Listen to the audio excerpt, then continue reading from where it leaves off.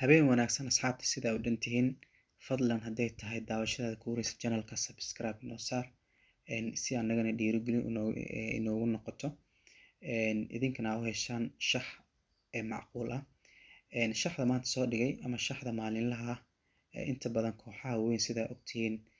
sabti iyo axad iyo meelahaas ay ciyaaraan kooxaha kalena adduunku kooxo badanaa jira oo ciyaara marka asxaabteyda ayaa iga codsatay inay shax maalinla markasta soo dhigo shaxdii maanta aan soo dhigayna waa ujeedaan meelaha kala duwan ee adduunka kooxaha ka ciyaaraan kasoo xulay inkasta markastana waxaan boqolkiiba boqol xooga saaraa sida shaxdan soo dhigno ee win ku noqon lahayd caawan waa ujeedaan 11 kooxood oo maanta barqadii wixii ka dambeysay soo dhigay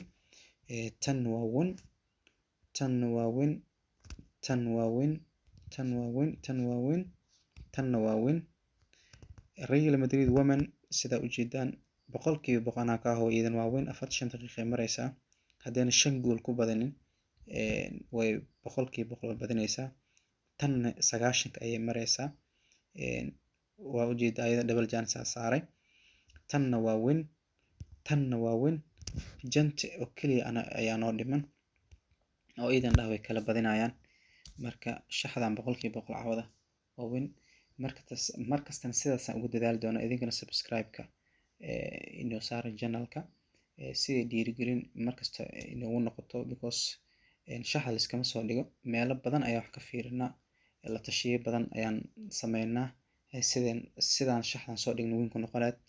marka aad baa umahadsantihiin markasta guuleysta boqolkiiba boqol markasta waxaan ku dadaali doonaa inaan soo dhigno shax macquul ah waana hore sidaan idinku sheegay Premier League iyo horyaalada waaweynka ee hadda aadka loo yaqaano sanadkan kooxo yar soo adkeeyeen iidan indhe badan u baahan tahay laakiin insha Allah waa isku dari doonaa haddii aad baan umahadsantihiin